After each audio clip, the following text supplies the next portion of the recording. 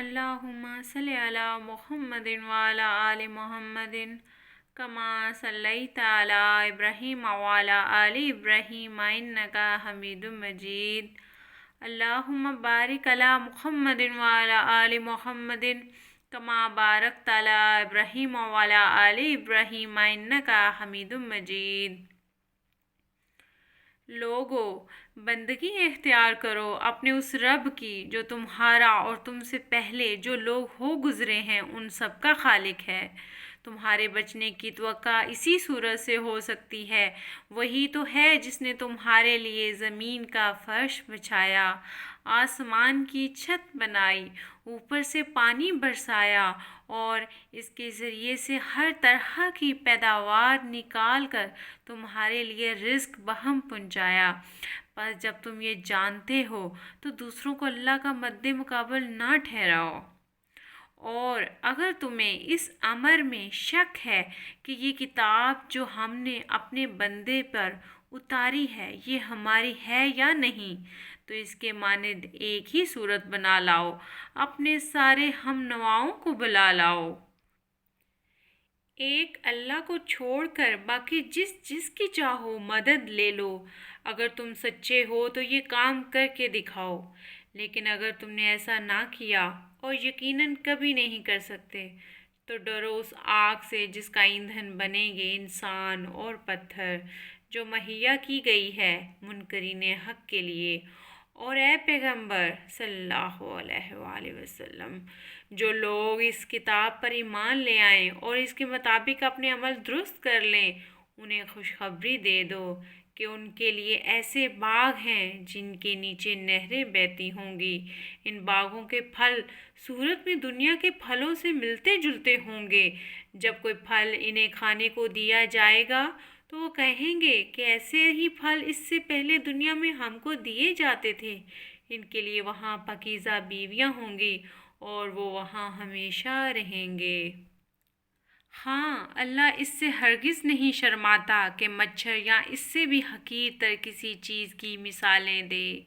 جو لوگ حق بات کو قبول کرنے والے ہیں وہ انہی مثالوں کو دیکھ کر جان لیتے ہیں کہ یہ حق ہے اور ان کے رب ہی کی طرف سے آیا ہے، اور جو ماننے والے نہیں ہیں وہ انہیں سن کر کہنے لگتے ہیں کہ ایسی مثالوں سے اللہ کو کیا سروکار۔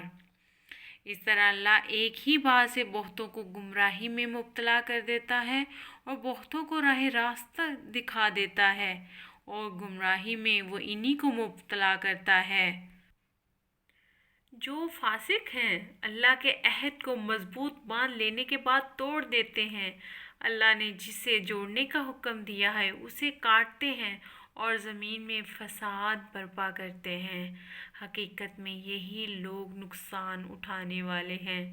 تم اللہ کے ساتھ کفر کا رویہ کیسے اختیار کرتے ہو، حالانکہ تم بے جان تھے، اس نے تم کو زندگی عطا کی، پھر وہی تمہاری جان سلب کرے گا، پھر وہی تمہیں دوبارہ زندگی عطا کرے گا، پھر اسی کی طرف تمہیں پلٹ کر جانا ہے۔ وہی تو ہے جس نے تمہارے لیے زمین کی ساری چیزیں پیدا کیں، پھر اوپر کی طرف توجہ فرمائی اور 7 آسمان استوار کیے، اور ہر چیز کا علم رکھنے والا ہے وہ۔ پھر ذرا اس وقت کا تصور کرو جب تمہارے رب نے فرشتوں سے کہا تھا کہ میں زمین میں ایک خلیفہ بنانے والا ہوں۔ انہوں نے عرض کیا، کیا آپ زمین میں کسی ایسے کو مقرر کرنے والے ہیں جو اس کے انتظام کو بگاڑ دے گا اور خون ریزیاں کرے گا؟ آپ کی حمد و ثنا کے ساتھ تسبیح اور آپ کے لیے تقدیس تو ہم کر ہی رہے ہیں۔ فرمایا، میں جانتا ہوں جو کچھ تم نہیں جانتے۔ اس کے بعد اللہ نے آدم علیہ السلام کو ساری چیزوں کے نام سکھائے، پھر انہیں فرشتوں کے سامنے پیش کیا اور فرمایا، اگر تمہارا خیال صحیح ہے کہ کسی خلیفہ کے تقرر سے انتظام بگڑ جائے گا تو ذرا ان چیزوں کے نام بتاؤ۔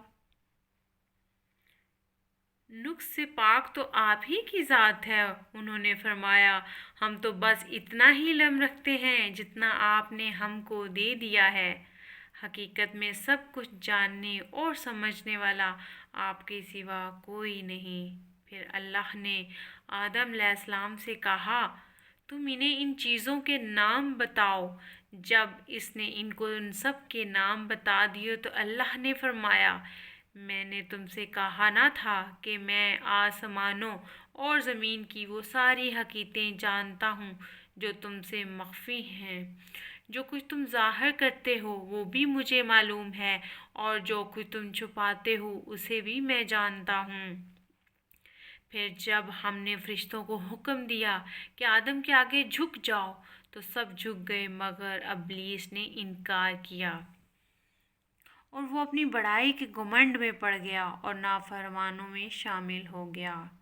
پھر ہم نے آدم سے کہا کہ تم اور تمہاری بیوی دونوں جنت میں رہو اور یہاں بافراغت جو چاہو کھاؤ، مگر اس درخت کا رخ نہ کرنا ورنہ ظالموں میں شمار ہوگے۔ آخر کار شیطان نے ان دونوں کو اس درخت کی ترغیب دے کر ہمارے حکم کی پیروی سے ہٹا دیا اور انہیں اس حالت سے نکلوا کر چھوڑا جس میں وہ تھے۔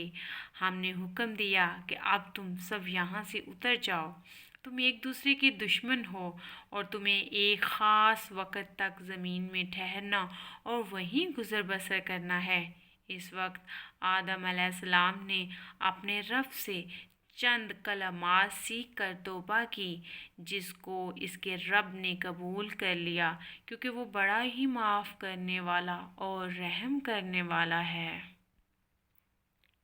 ہم نے کہا کہ تم سب یہاں سے اتر جاؤ، پھر جو میری طرف سے کوئی ہدایت تمہارے پاس پہنچے تو جو لوگ میری اس ہدایت کی پیروی کریں گے ان کے لیے کسی خوف اور رنج کا موقع نہ ہوگا، اور جو اس کو قبول کرنے سے انکار کریں گے اور ہماری آیات کو جھٹلائیں گے وہ آگ میں جانے والے لوگ ہیں جہاں وہ ہمیشہ رہیں گے۔